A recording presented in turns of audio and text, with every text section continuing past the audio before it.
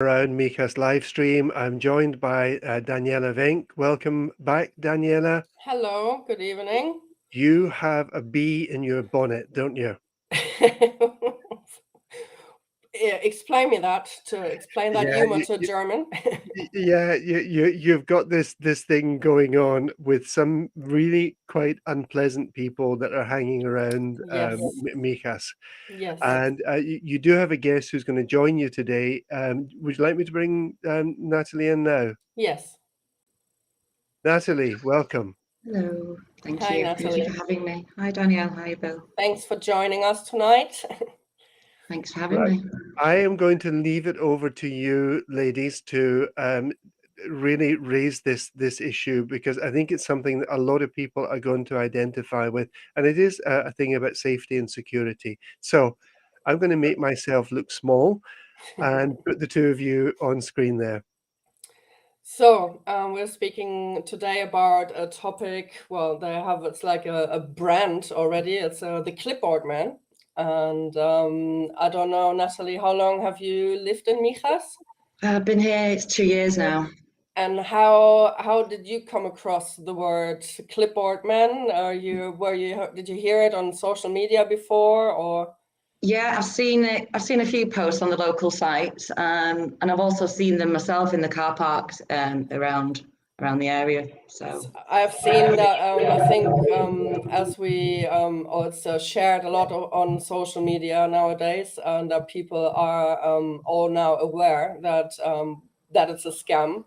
But to explain it for the people that haven't heard about the Clipboard Man, it's actually a scam that there's one person or one big guy. He's very big. Unfortunately, we can't, due to data protection, we are not allowed to show his photo.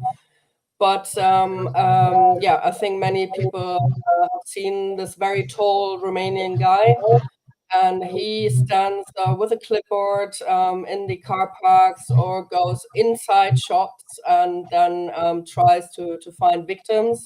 He tries to distract them with a clipboard, says something to them, and at the same time he tries to put his hand into a handbag, or he tries to rob the people, to make it short.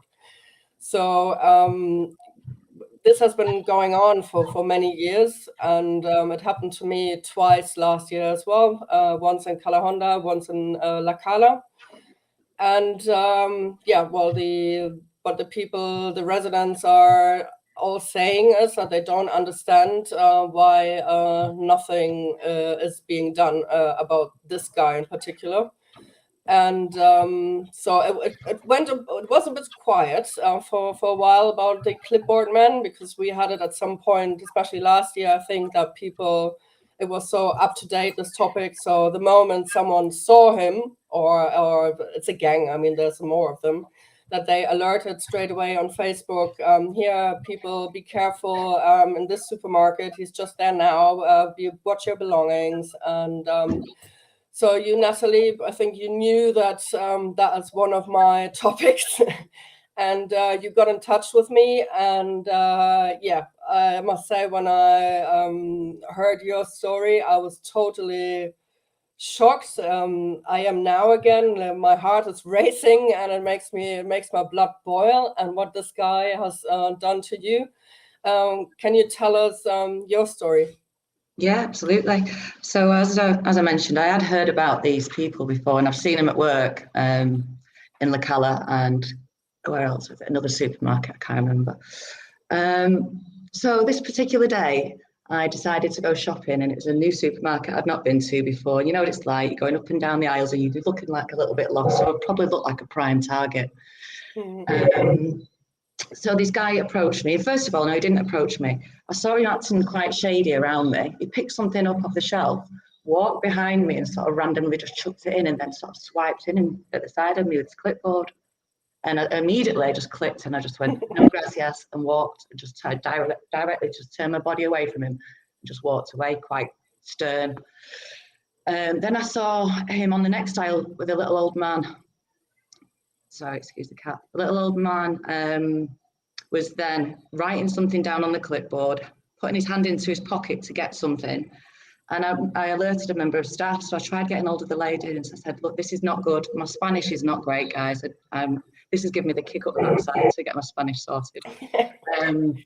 So I tried to alert this lady. I said, look, this is not good, pointing at the old man with the guy with the clipboard.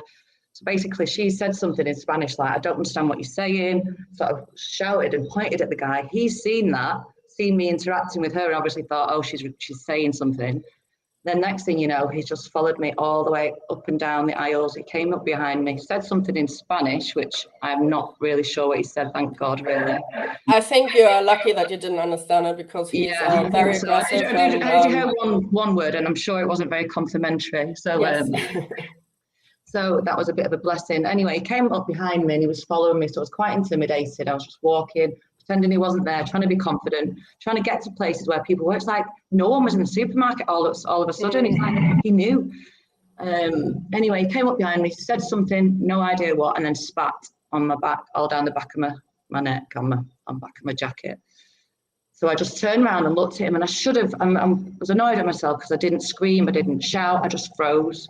I've never been in that situation before, and I just stared him, like giving this death stare, and then just walked away. Anyway, he followed me again up the next aisle, and I was shaking at this point, pretending to carry on doing my shopping, trying to get someone's eye contact to help something. And then I went round to the cashier, and he was then in the queue, and he was eyeballing me the whole way. So like really, really intimidating. So he spat on me twice. He followed me twice and spat on the back of my neck.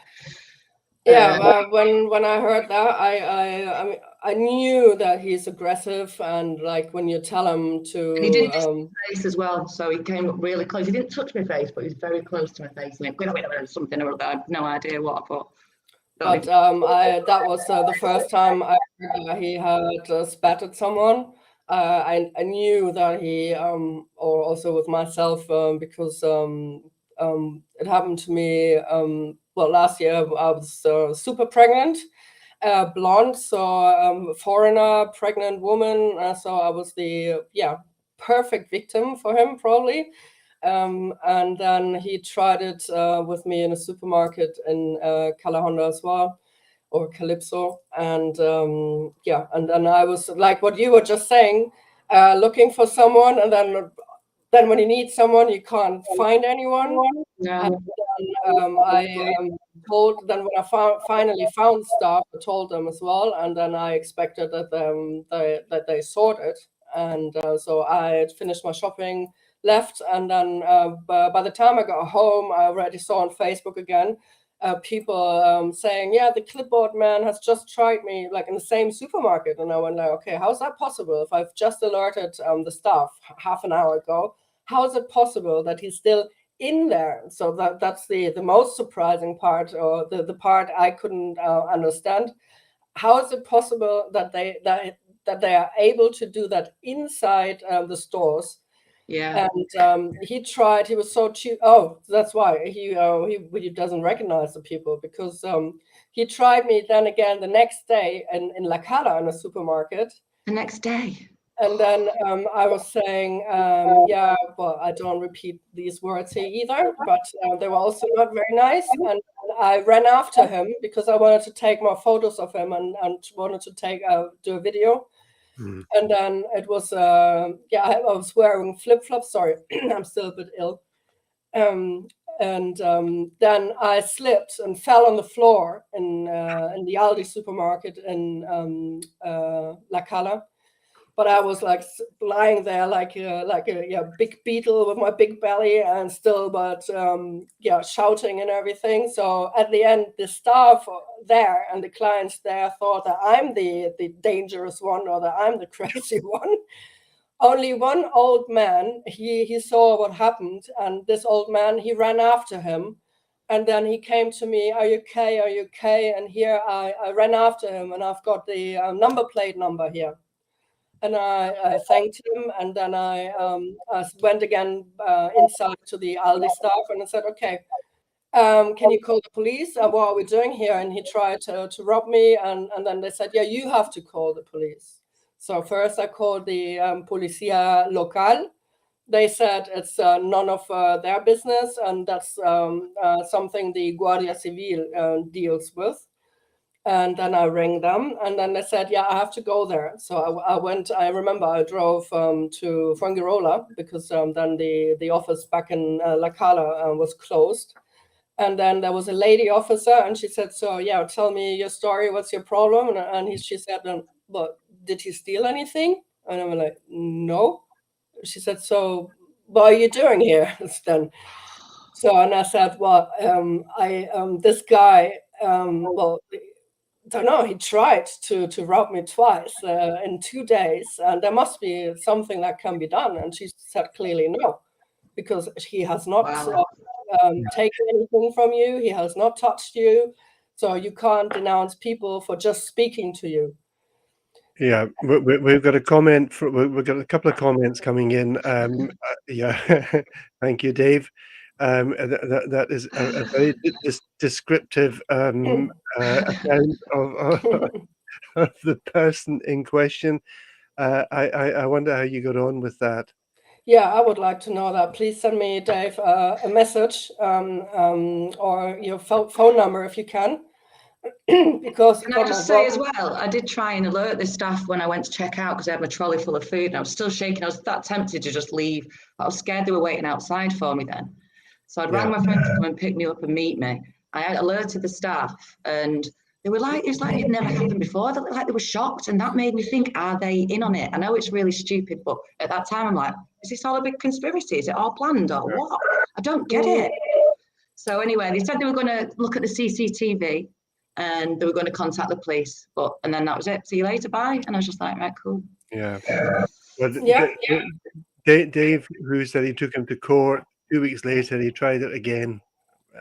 So he obviously, mind you, these processes can take years before people actually, are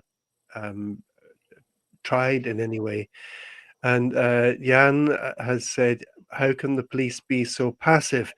I think maybe this is something you might want to comment on in a sense, Danielle, because I know that you had spoken to police about this. Yes, I had a meeting. Let me speak quickly before I have the feeling I might lose my voice here tonight. That I had a meeting this morning with a police officer who works not for the police in our area, but he lives in Calahonda. So it's in his interest as well. And I had a meeting with the shopping center owner, Los Olivos. Right. I have also, I did send a very long email to the shop manager of Carrefour, which is the supermarket, because I did a poll yesterday on Facebook as well, because I wanted to know, I asked the people, where did it happen to you? And I think it was over a quarter said in the Carrefour supermarket here in Calypso, Calahonda. So I can tell you only that the ball is definitely rolling now, especially here in our area. So, what the police officer said to me, the biggest problem here are the Spanish laws, because you can't, like, for instance, let's say you see him somewhere, you can't just call the police and the Clipboard Man is here, because you can't forbid him to be anywhere.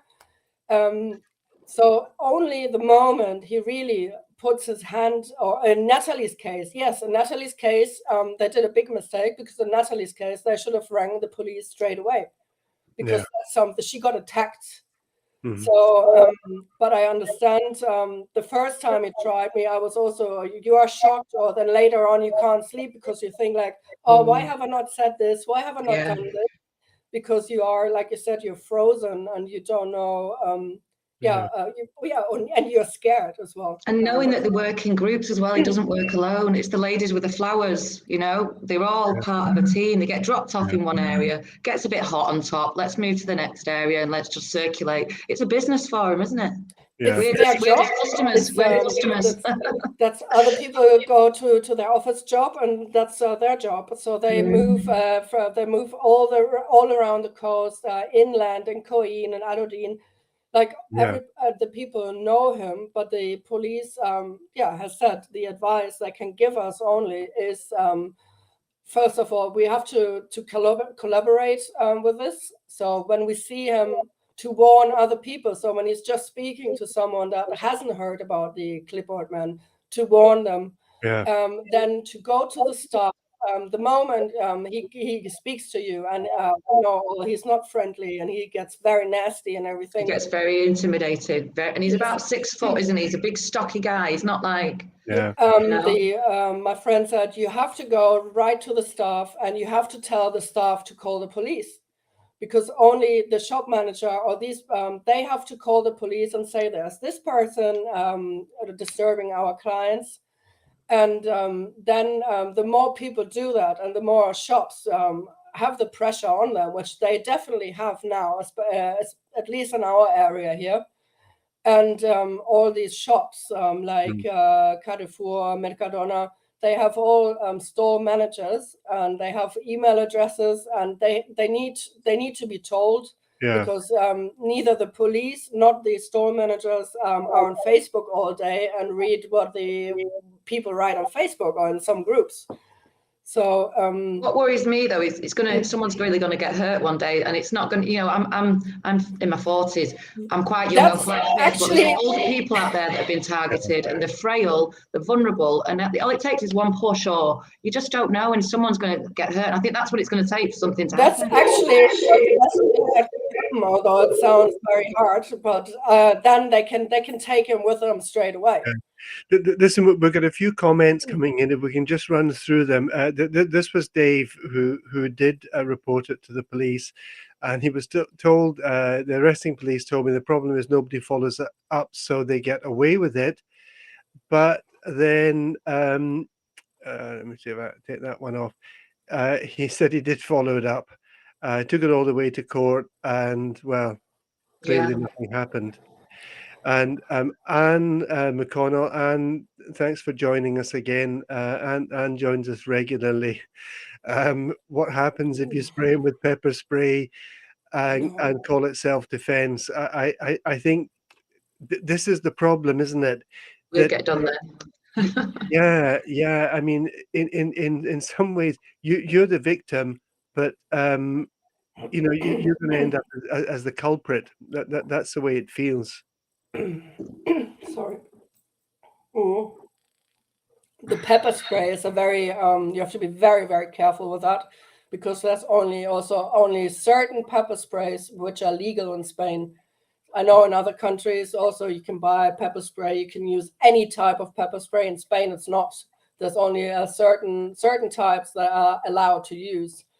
But self-defense, there's no self-defense if someone speaks to you, or if someone says in your face you're an asshole, let's say it this way, as an example, and then you spray him, you will end up in court. So never ever do that. And also, if you are a vulnerable woman on your own, you shouldn't do it, because that's a big guy. He takes it out of your hand and then sprays it in your face if you're unlucky. Yeah.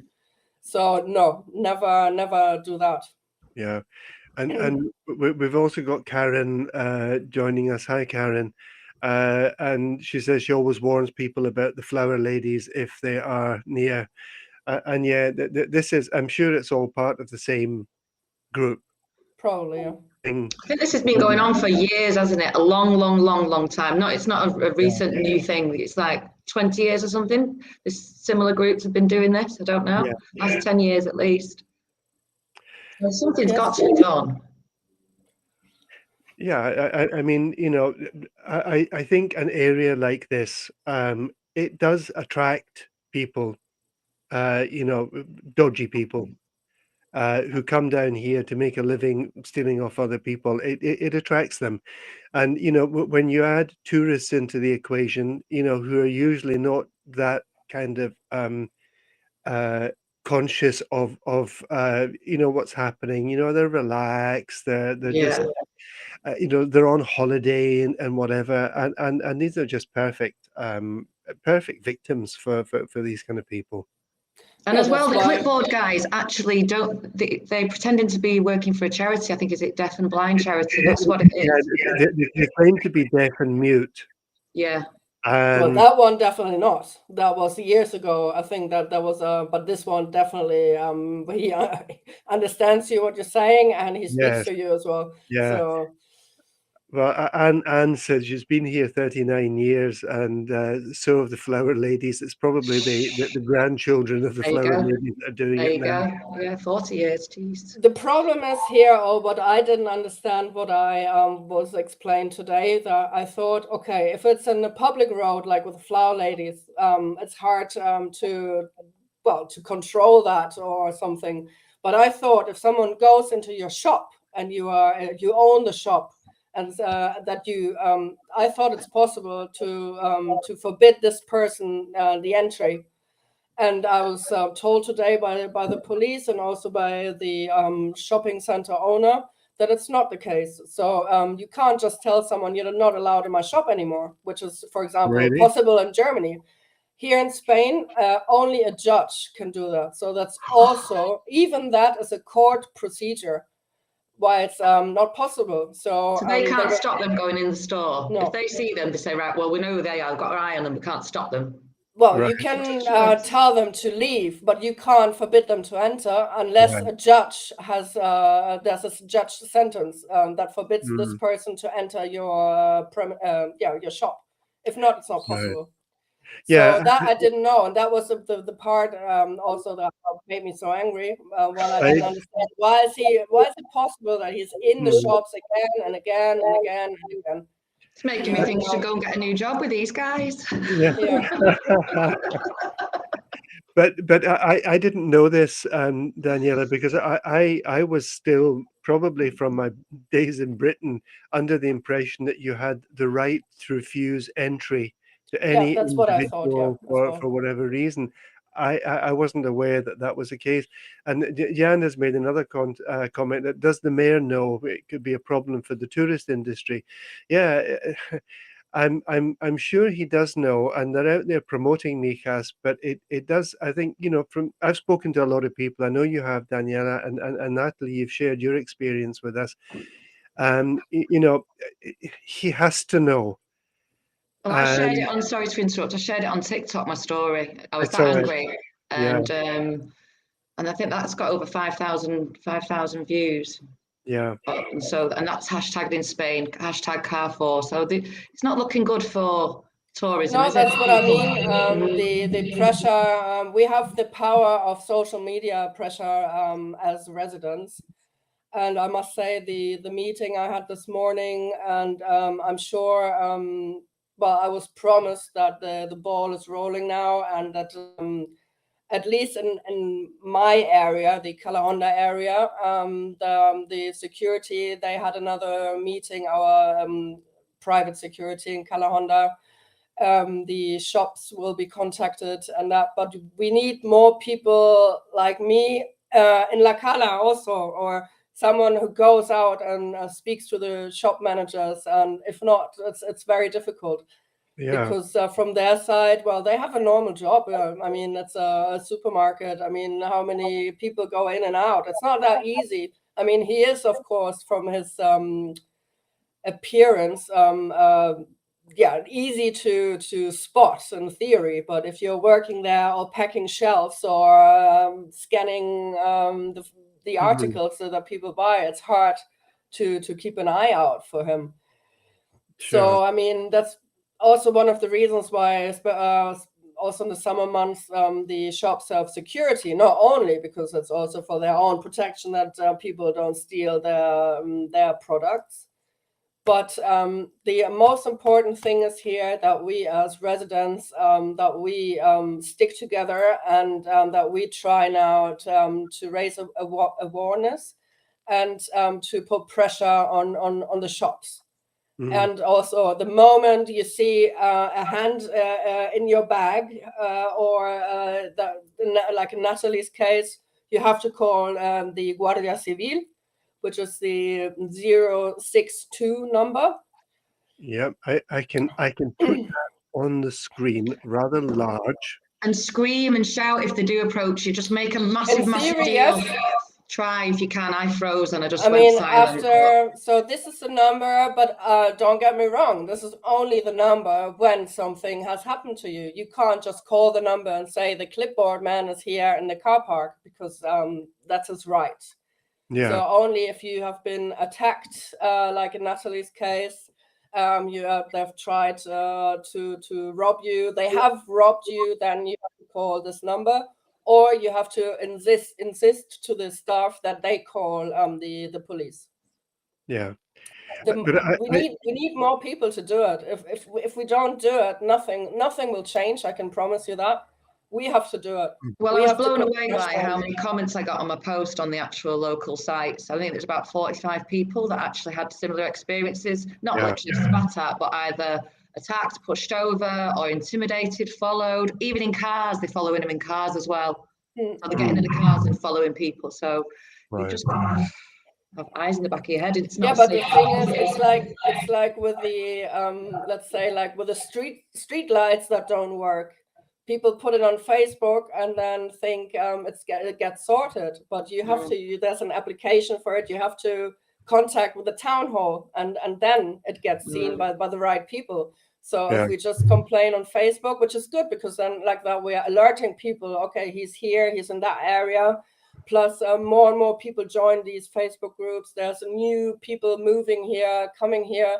So that it's good on one hand because we warn everyone. But it's not going to solve the problem. The problem we can only solve if we speak to the put pressure on the shop managers, and if we the moment something bad happens, the police has to be involved, and then you can ask in the shop, I want you to ring the police now. This guy has tried to rob me.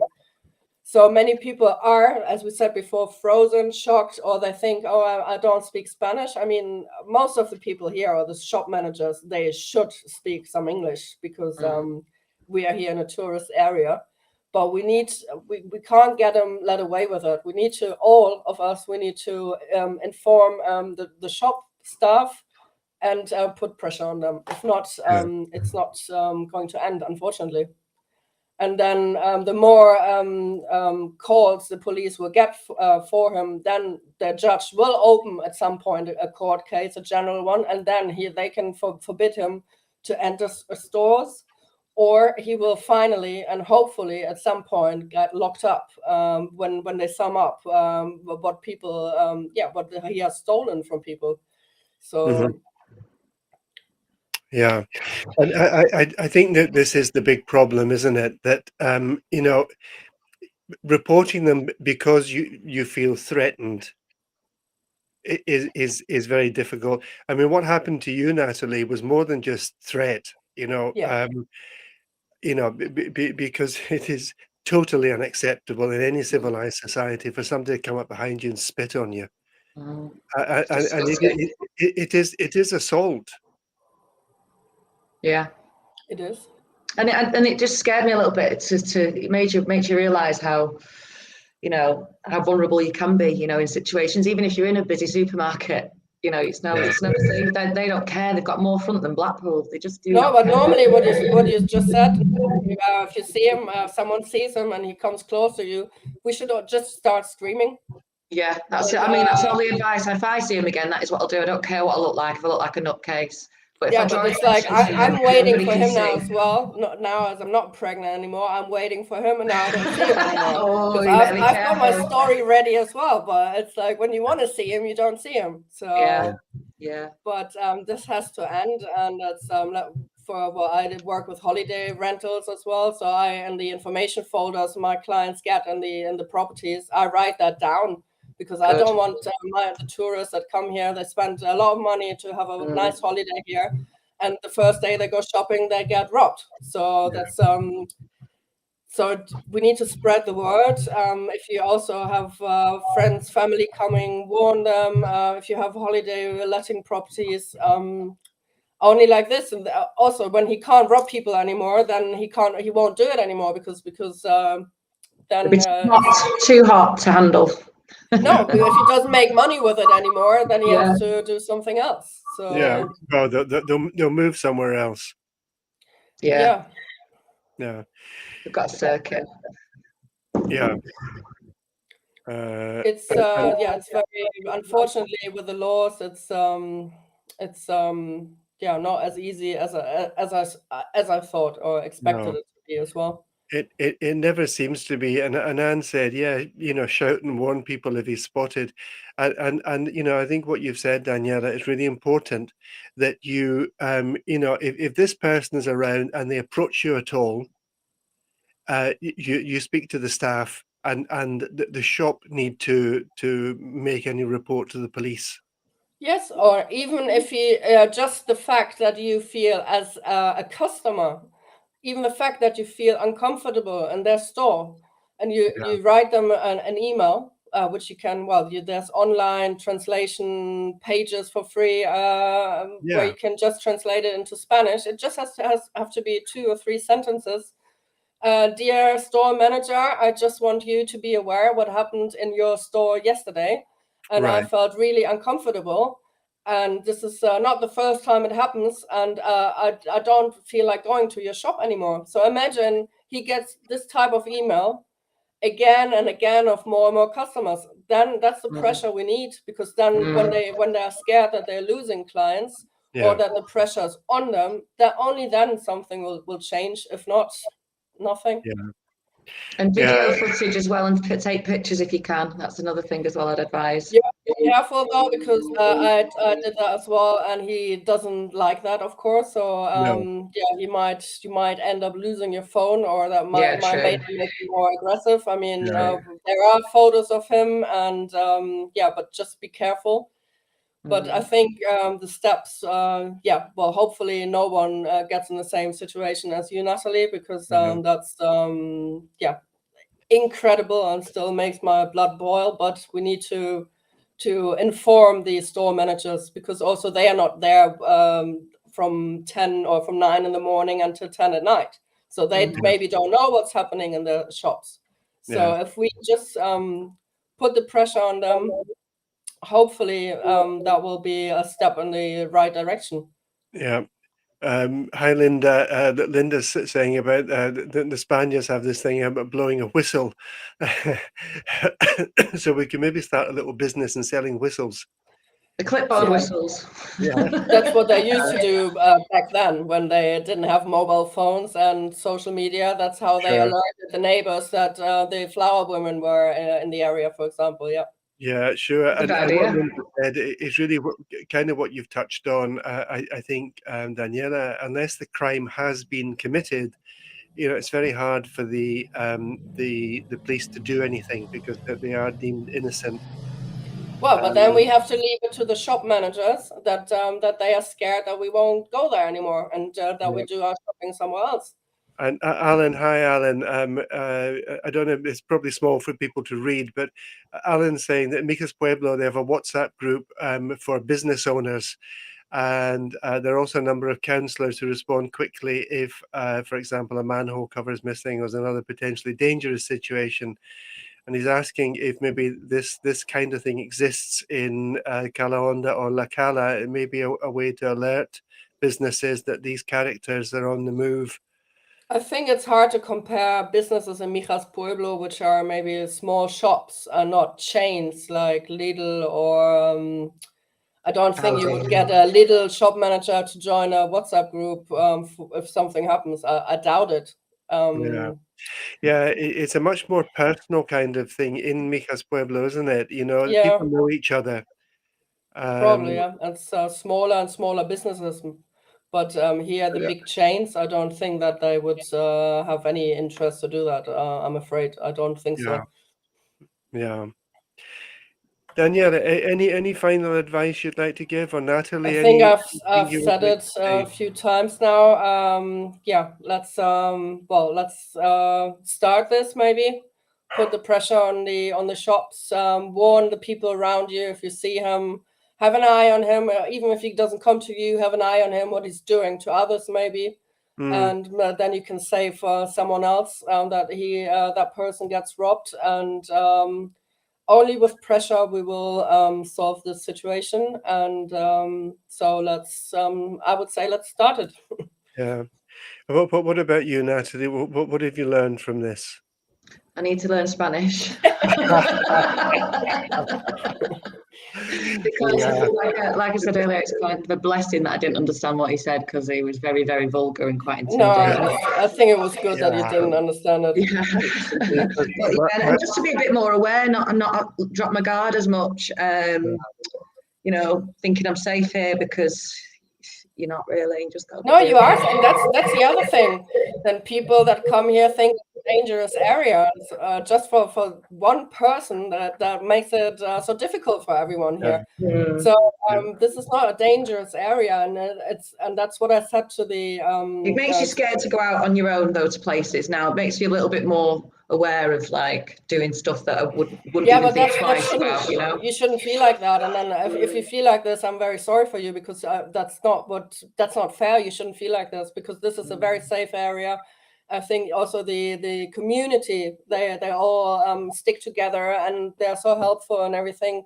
So that's what I said to the shopping center manager this morning as well. I don't want people or women to be scared to go shopping. That can't be. Yeah.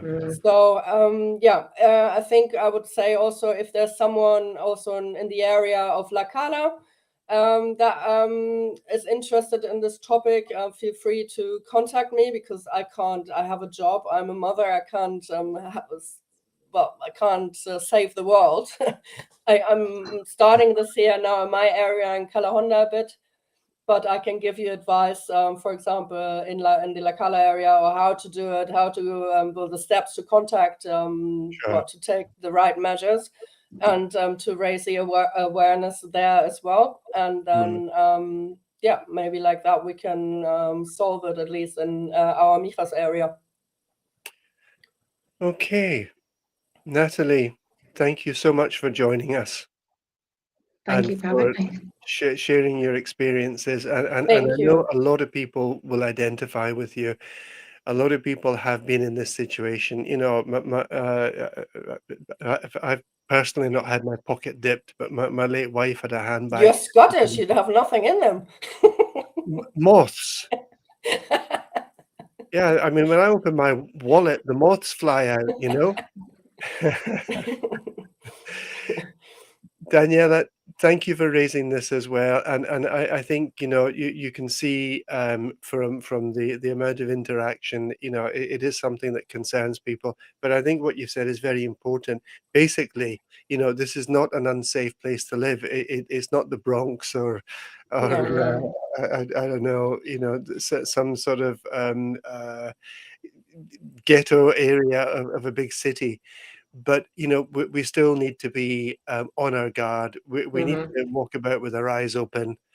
And, you know, when things happen, we need to pass this on to the correct people. If it's threatened in a supermarket, it's a supermarket manager. If you're assaulted, if something happens or you have something stolen, it is the Guardia Civil. Correct. Okay. Ladies, thank you so much. Thank you. And well, for everyone who's been joining in today, a lot of you have been listening in live today. Have a great weekend when it comes, and we will be back next week. Take care, everyone. Bye. Bye. Bye.